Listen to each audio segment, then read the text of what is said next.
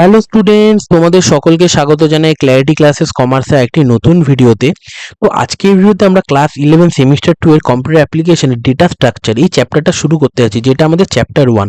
তোমরা অনেকেই আমাকে ইউটিউবের কমেন্ট সেকশনে রিকোয়েস্ট করেছিলে, স্যার আপনি কম্পিউটার অ্যাপ্লিকেশন চ্যাপ্টার 1টা শুরু করেন, আমরা কিছু বুঝতে পারছি না। টেলিগ্রামেও আমাকে পার্সোনালি অনেকে মেসেজ করেছিলে। তো তোমাদের কথা অনুযায়ী আমি এই চ্যাপ্টারটা নিয়ে চলে এসেছি। তোমরা সকলেই ভিডিওটা শেষ অবধি মন দিয়ে দেখো, ইজিলি তোমরা এই চ্যাপ্টারটা বুঝে যাবে এবং এই চ্যাপ্টারটা আমি পুরো কন্টিনিউ করবো, ঠিক আছে? ছাড়া আমাদের চ্যানেলে অ্যাকাউন্টেন্সি, কস্টিং, ট্যাক্সেশন এবং বিজনেস স্টাডিজ ও সেমিস্টার 2 এর ভিডিও আসছে রেগুলার, তোমরা সেগুলো ডেসক্রিপশন বক্সে চেক করতে পারো, সেখানে প্লেলিস্ট বানানো আছে, ঠিক আছে? তো চলো আজকে ভিডিওটাকে স্টার্ট করা যাক। তো দেখো, ডেটা স্ট্রাকচার চ্যাপ্টারটার নামে কি আছে? Data structure. স্ট্রাকচার মানে আমরা সকলে জানি কাঠামো, ঠিক আছে? অর্গানাইজ করা কোনো জিনিসকে, ঠিক আছে? এবং ডেটা মানে কি, যে আমরা পিকচার দেখতে পাচ্ছি, এইখানে যে দেখতে পাচ্ছি স্লাইডটা দেখতে পাচ্ছি, বিভিন্ন ইমেজ দেখতে পাচ্ছি, বিভিন্ন লেখা দেখতে পাচ্ছি, সবই আমাদের ডেটা, ঠিক আছে? তো এটা তো আমরা একটা ওভারঅল মোটামুটি জানলাম, কিন্তু এই চ্যাপ্টারটাকে স্টার্ট করতে গেলে এই টার্মগুলোকে আমাকে খুব ভালো করে জানতে হবে, ঠিক আছে? তারপরে আমরা ডেটা স্ট্রাকচার বুঝতে পারবো, ঠিক আছে? তো চলো দেখে নেওয়া যাক কি বলেছে। ডেটা কি? ডেটা হলো কাঁচা বা অপ্রস্তুত উপাদান বা সত্তা, যা নিজের মধ্যে কোনো নির্দিষ্ট অর্থ বহন করে না। এটা সংখ্যা হতে পারে, অক্ষর হতে পারে, চিহ্ন, চিত্র হতে পারে, যেরকম বললাম, এবং পরবর্তী প্রক্রিয়াকরণের জন্য ব্যবহৃত হয়। যেমন উদাহরণস্বরূপ 5, 3, 7, 11 এই সমস্ত কিছু আছে। এবার ধরো আমি লিখে দিলাম 5। এই 5টা তো একটা নাম্বার, এগুলো বিভিন্ন ক্ষেত্রে ব্যবহার হতে পারে। কোনো স্টুডেন্টের রোল নাম্বার হিসাবে ব্যবহার হতে পারে, কোনো স্ট্রিট নাম্বার হিসাবে ব্যবহার হতে পারে, ঠিক আছে? কোনো টোকেন নাম্বার হিসাবে ব্যবহার হতে পারে। তো নর্মাল যদি 5 বলে, এটা কোনো সেন্স হচ্ছে না, কারণ এজ হতে পারে, কোনো বাচ্চার এজ হতে পারে 5, ঠিক আছে? কিন্তু যদি আমি বলি এজ 5, রোল নাম্বার 5, ঠিক আছে, টোকেন নাম্বার 5, তাহলে কিছু সেন্স হচ্ছে, ঠিক আছে? তার মানে ডেটা কি? কাঁচা এবং অপ্রস্তুত উপাদান, যেটা কি পরবর্তী প্রক্রিয়াকরণের জন্য ব্যবহার করে। এটা কোনো স্পেসিফিকলি কোনো নির্দিষ্ট অর্থ বহন করে না, খালি এটা নাম্বার হতে পারে, অক্ষর হতে পারে, চিহ্ন, চিত্র হতে পারে, কিন্তু তার সাথে কিছু বোঝালে যে আচ্ছা এইটা আমাদের এই, তখন আমাদের বোঝা যাচ্ছে যে 5টা হলো এজ। সেইটাকে আমরা কি বলে থাকি? সেইটাকে আমরা তার পরের স্টেপে বলে থাকি ইনফরমেশন। সেটাকে আমাদের কি বলে থাকি? ইনফরমেশন। যাই হোক, সেটা আমি আসছি। কি বলছি? ডেটাগুলি নির্দিষ্ট কোনো অর্থ প্রদান করে না যতক্ষণ না সেগুলোর উপর কাজ করে। কাজ মানে প্রসেস কি আমি বললাম, আচ্ছা এইটা এজ 5, তারপরে বোঝা গেল এজ 5, ঠিক আছে? ইনফরমেশন হলো এইটাই। তথ্য বা ইনফরমেশন যেটাকে বলা হচ্ছে, সেটা কি প্রক্রিয়া করা ডেটা, ঠিক আছে, যা মানুষের জন্য অর্থপূর্ণ, যেরকম এজ 5, ঠিক আছে, কারোর হলো রোল নাম্বার 11, ঠিক আছে, যেটা ব্যবহারের উপযোগী হয় এবং যে ডেটাগুলো প্রক্রিয়াকরণ বিশ্লেষণে আমরা একটা প্রসেস করলাম, তো যে আচ্ছা এটার এজ হলো 5, আমরা বোঝালাম, যেটা বিশ্লেষণ করলাম, ঠিক আছে, সংগঠিত করা হয়, তখন তারা নির্দিষ্ট অর্থ ধারণ করে। এবার আমরা বুঝতে পারছি নর্মাল 5 র্যান্ডম কি বোঝা যাচ্ছে না, ঠিক আছে? এই জিনিসটাকে আমাদের কি বলা হচ্ছে? ইনফরমেশন বলা হচ্ছে, ঠিক আছে? এবং এগুলো কি সিদ্ধান্ত গ্রহণেও সাহায্য করে, বোঝা, ডিসিশন নিতে সাহায্য করে। এবং ক্লাসে 30 জন ছাত্রছাত্রী আছে, আপনার অ্যাকাউন্টে 500 টাকা রয়েছে, ঠিক আছে? তার মানে এইটা হলো ইনফরমেশন, যেই ডেটাটা আমাদের কোনো নির্দিষ্ট অর্থ বহন করে, সেটাই হলো ইনফরমেশন, ঠিক আছে? ডেটা হলো কাঁচা এবং অব্যবহৃত উপাদান, এবং তথ্য হলো কি প্রক্রিয়া করা এবং অর্থপূর্ণ, ঠিক আছে? তার মানে আমরা শর্টে কি বলতে পারি? এটা জিস্টের মতো আছে, কি আছে? কাঁচা এবং বিশ্লেষণ করা হয়নি, সেটাকে আমরা বলতে পারি ডেটা, এবং প্রক্রিয়া করা হয়েছে এবং অর্থপূর্ণ হয়ে উঠেছে। ডেটা কি? 101, 102 এবং 303 এগুলোই, কিন্তু এই সংখ্যাগুলো বিভিন্ন ছাত্র ছাত্রীদের নম্বর নির্দেশ করছে, তখন সেটা আমাদের কি হয়ে যাবে? তথ্য বা ইনফরমেশন হয়ে যাবে। নর্মাল 100 র্যান্ডম কিছু বোঝা যাবে, 100 টাকা হতে পারে, 100 মার্কস হতে পারে, ঠিক আছে? কিন্তু যখন আমি বলছি এটা হলো মার্কস, তখন বোঝা যাচ্ছে যে এটা কিছু একটা বোঝাচ্ছে, ঠিক আছে? তাহলে এটা আমাদের ইনফরমেশন। তাহলে বোঝানো গেল যে ডেটা কি? কাঁচা এবং অপ্রস্তুত উপাদান, যা কোনো অর্থ বহন করে। ইনফরমেশন কি? বা তথ্য যেটাকে বলা হচ্ছে, সেটা আমাদের কোনো অর্থ বহন করছে, ঠিক আছে?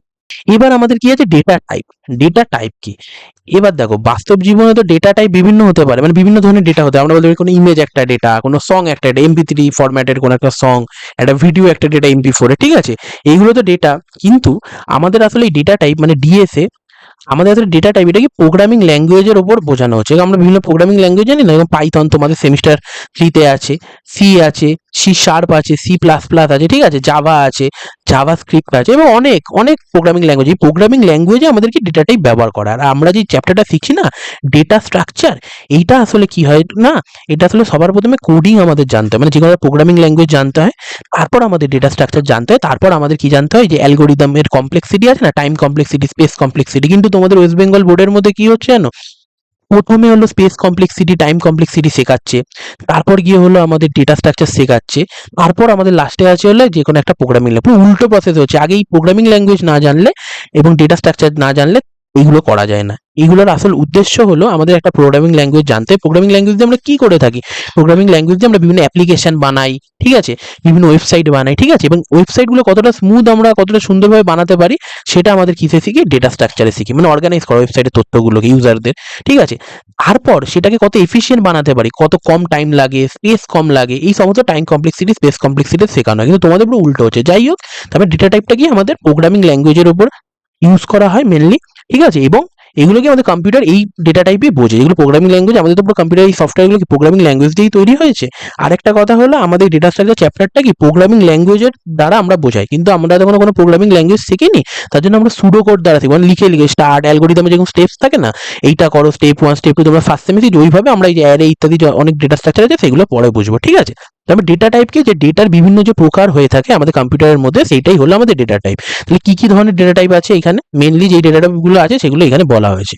কি আছে আমাদের আছে সবার প্রথমে ইন্টিজার। তো ইন্টিজার তোমরা সকলেই জানো, ইন্টিজার ডেটা টাইপ কি, যেরকম হলো প্লাস 45 -83, মানে প্লাস থেকে মাইনাস পুরো ইনফিনিটির দিকে মাইনাস অব্দি এবং প্লাসের দিকে যতগুলো নাম্বার আছে তাদের দলকে বা সেটকে আমাদের কি বলা হচ্ছে, ইন্টিজার। যেরকম 1 -5 100 +98 -900 এইগুলো সবই আমাদের ইন্টিজার, ঠিক আছে। উদাহরণ 1 -5 33, কোনো পয়েন্টের নাম্বার আসবে না। তারপরে আছে কি ফ্লোটিং পয়েন্ট। ফ্লোটিং পয়েন্ট মানে আমাদের দশমিক সংখ্যা, যেরকম 45.8 -33.2 এগুলো আমাদের কি ফ্লোটিং পয়েন্ট নাম্বার বলা হয়ে থাকে। তাহলে ইন্টিজার বোঝা গেল, ফ্লোটিং পয়েন্ট বোঝা গেল।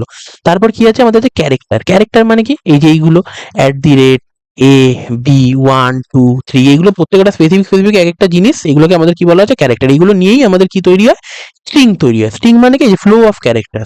স্ট্রিং মানে কি ফ্লো অফ ক্যারেক্টার। ধরো লিখলাম clarity classes C clarity classes commas @1 2 3 এরকম লিখলাম, তার মানে কি এই সব কটা মিলে একটা কিছু তৈরি হলো। যেমন তোমাদের নাম লিখলে কিছু, ঠিক আছে, এখানে আমার চ্যানেলের নাম লিখলাম ক্ল্যারিটি ক্লাসেস, এগুলো কি ফ্লো অফ ক্যারেক্টার, সি আছে এল আছে, এগুলো একটা ক্যারেক্টার, এগুলো একসাথে মিশে গিয়ে আমাদের কি হচ্ছে, স্ট্রিং। তোমরা বলে স্যার এগুলো তো অ্যালফাবেট, কিন্তু আমাদের কম্পিউটারে এগুলো একটা ক্যারেক্টার, $, ঠিক আছে, এগুলো মিশে গিয়ে আমাদের কাছে স্ট্রিং। স্ট্রিং হলো এক বা একাধিক ক্যারেক্টার, এটা চরিত্র মানে কি, এখানে ক্যারেক্টারের সমষ্টি, যেমন শব্দ বাক্য এগুলো সাধারণত ডবল কোড দিয়ে বোঝানো হয়। এরকম লেখা হলো XYZ ডবল কোটসের মধ্যে, ঠিক আছে, এটা মানে প্রোগ্রামিং ল্যাঙ্গুয়েজে তো এরকম ডবল কোড দিয়ে আমাদের স্ট্রিংকে বোঝানো হয়, ঠিক আছে। তাহলে বোঝা গেল।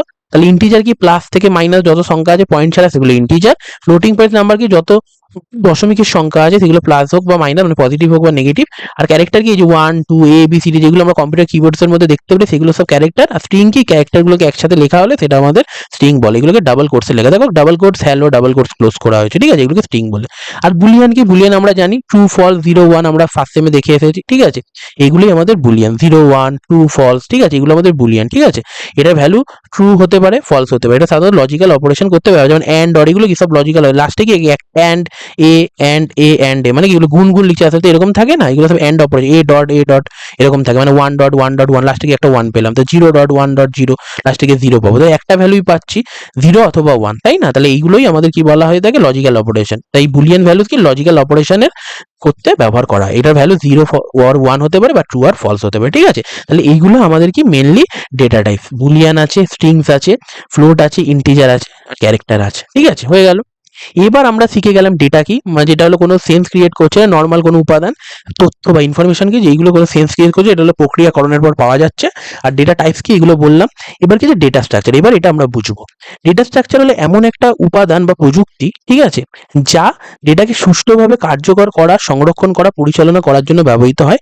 এটা তথ্য সংরক্ষণ, অনুসন্ধান মানে স্টোরেজ করা, খোঁজা, ঠিক আছে, সংযোজন, মোছা, ডিলিট করা দ্রুত এবং দক্ষতার সাথে করতে পারে, ঠিক আছে। আমাদের ওয়েবসাইট চালাচ্ছি, ধরো ওপেন করে আছে ইউটিউব, ফাট করে একটা ভিডিওকে কাট করছো, ভিডিওটা বন্ধ হয়ে যাচ্ছে, তারপরে সেই রেকমেন্ডেশন অনুযায়ী ভিডিও আছে, এই সমস্ত প্রোগ্রামিং এর ভেতরে যে একটা কৌশল প্রয়োগ করা, খালি জাস্ট প্রোগ্রাম কোড লিখে যাওয়া না গাদা গাদা, সেটাকে খুব এফিসিয়েন্সির সাথে লেখা, খুব ভালো করে বুদ্ধি করে লেখা, যাতে আমাদের অপটিমাইজ থাকতে পারে পুরো ওয়েবসাইটটা, সেইটাই আমাদের ডেটা স্ট্রাকচারের থ্রুতে করা হয়ে থাকে, ঠিক আছে। তোমরা অনেকে শুনবে ক্রুড অয়েলের কথা বলছি না, CRUD, এটা SQL এ ইউজ হয়। এটার মানে কি, সি ফর ক্রিয়েট, ঠিক আছে, মানে বানানো, আর ফর রিড, ঠিক আছে, ইউ ফর আপডেট, ঠিক আছে, আর ডি ফর আমাদের ডিলিট, ঠিক আছে। এই অপারেশনস গুলো আমাদেরকে ডেটা স্ট্রাকচারের মধ্যে হয়ে থাকে এবং এসকিউএল ডেটাবেস তোমরা পরের 12 পড়বে, সেখানেও হয়ে থাকে, ঠিক আছে। ক্রিয়েট করা, রিড করা, আপডেট করা, ডিলিট করা, ঠিক আছে, এই সমস্ত কাজকর্ম হয়ে থাকে। তো আমরা দেখবো ডেটা স্ট্রাকচারের কি কি অপারেশনস হয়ে থাকে, ঠিক আছে। তার মানে বোঝা গেল যে ডেটা স্ট্রাকচারকে আলটিমেটলি ডেটাটাকে অর্গানাইজ করার যে কৌশল, সেটাকেই আমাদের বলা হয়, যাতে আমাদের এফিসিয়েন্সির সাথে কোনো অ্যাপ্লিকেশন বা সফটওয়্যার বা কোনো প্রবলেম আমরা সলভ করতে পারি কম্পিউটারে, ঠিক আছে। এটাই হলো ডেটা স্ট্রাকচার সোজাভাবে বলতে গেলে। এবার কি ডেটা স্ট্রাকচারের প্রকারভেদ হয়। ডেটা স্ট্রাকচার সাধারণত দুই ধরনের হয়ে থাকে। একটা হয়ে থাকে আমাদের লিনিয়ার ডেটা স্ট্রাকচার, ঠিক আছে, আর একটা হয়ে থাকে আমাদের কি non linear data structure. Linear data স্ট্রাকচারের মধ্যে পড়ে array, link list, stack, queue, এগুলো সব আমাদের ডিটেলে জানতে হবে এরপরে, ঠিক আছে। কি বলছি লিনিয়ার মানে বুঝতেই পারছো, লাইন একটা সরলরেখার মতো, এখানে ডেটা উপাদানগুলি একটা নির্দিষ্ট অর্ডারে থাকে এবং পরপর থাকে, এগুলোকে অ্যাক্সেস করা যায়।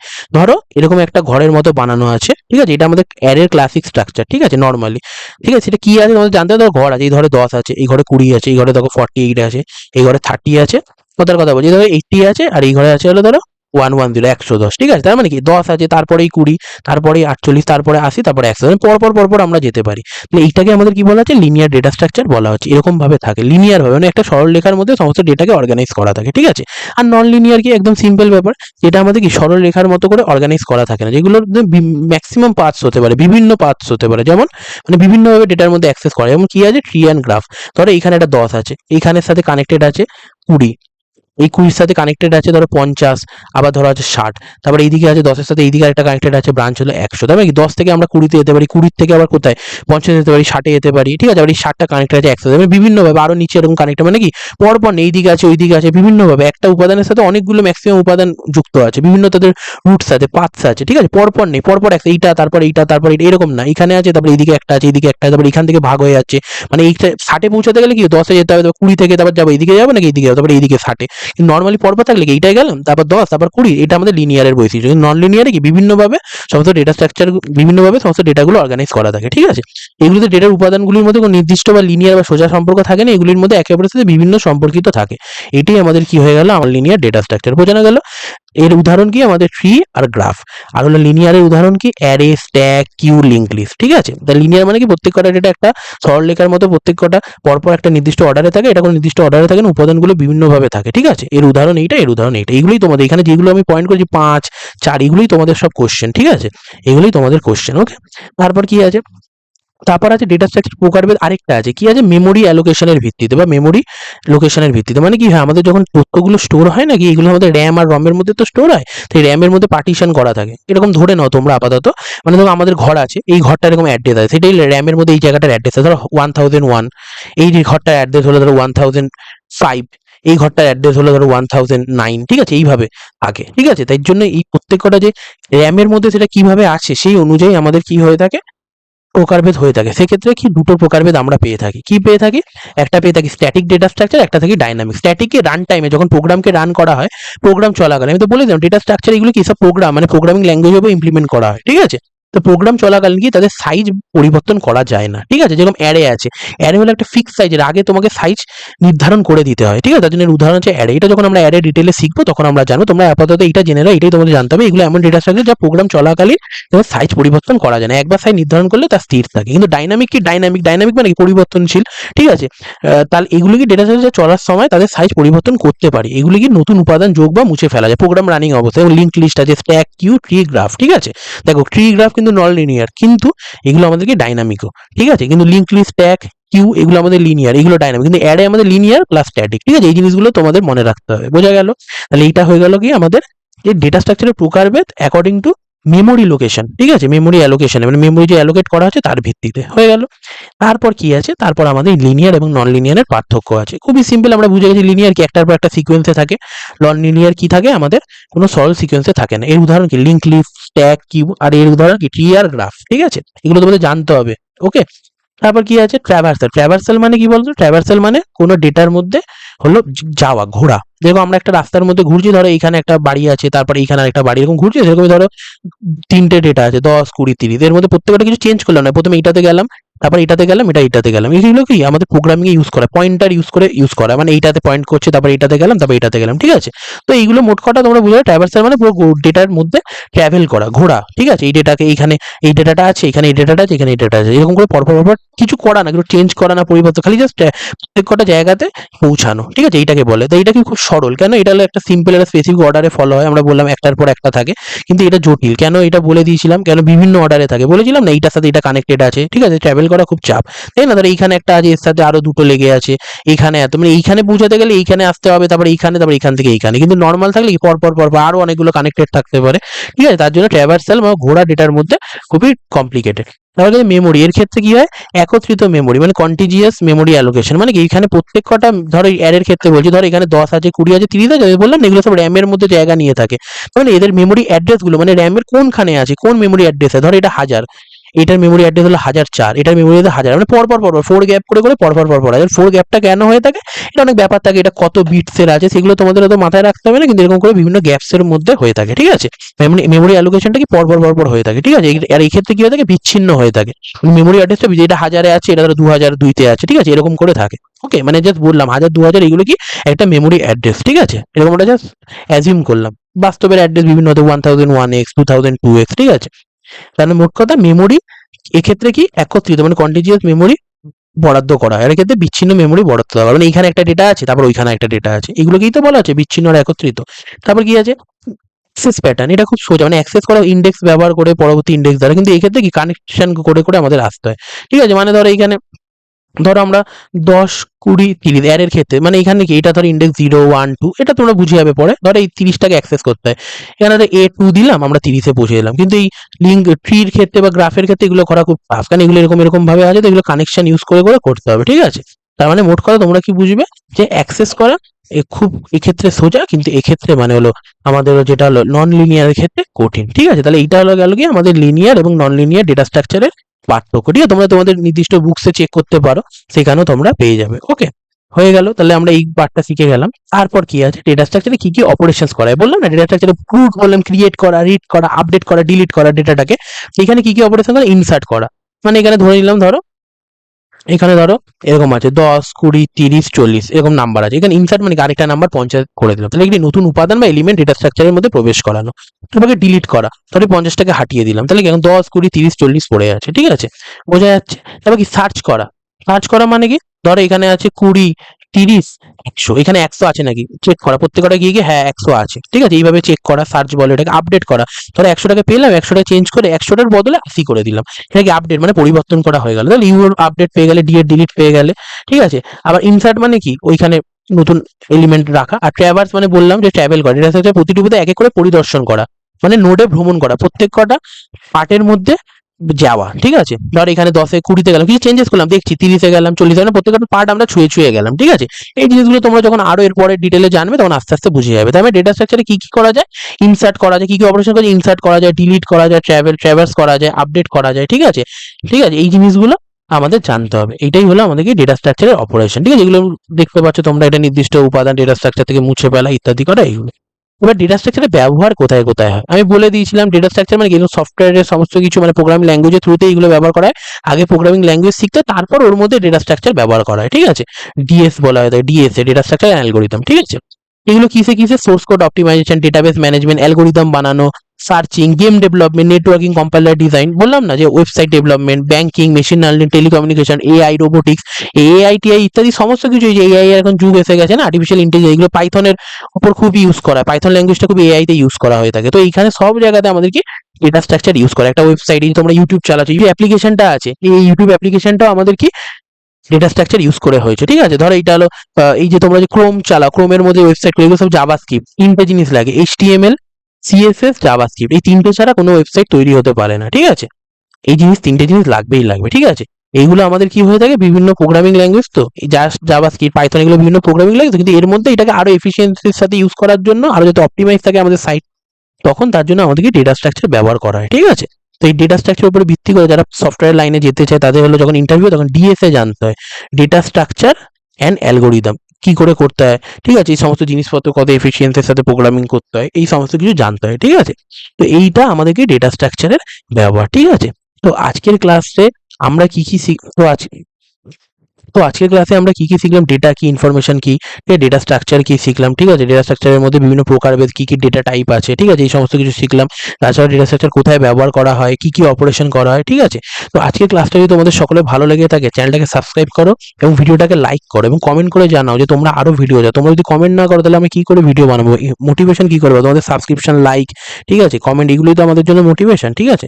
তো এবং তোমাদের ফ্রেন্ডদের সাথে এটা হলো শেয়ার করে দাও, তোমরা অনেকেই রিকোয়েস্ট করেছিলে আমাকে ভিডিওটা আনার জন্য, তাই আমি এনে দিলাম। এরপরেও আমাদের কি ফার্স্ট ডেটা স্ট্রাকচার, যেটা আমাদের কি আছে, অ্যারে, ঠিক আছে। এই যে অ্যারেটা শিখলাম না, এই যে সবার প্রথমে অ্যারে, এই প্রথম ডেটা স্ট্রাকচার, এই অ্যারেটা নিয়ে আমাদের এবার ডিটেল আসবে, লিঙ্ক লিস্ট আসবে, স্ট্যাক আসবে, কিউ আসবে, ট্রি আর গ্রাফ তোমাদের নেই, ঠিক আছে। এইভাবে এক এক করে আসবে, ঠিক আছে। তো তোমরা ভিডিওটা আশা করি সকলে মন দিয়ে দেখো, যদি অসুবিধা হয়ে থাকে আমাকে কমেন্ট করতে পারো এবং ভিডিওটা আবার চালিয়ে দেখতে পারো। তো চলো দেখা হচ্ছে নেক্সট ভিডিওতে, বাই।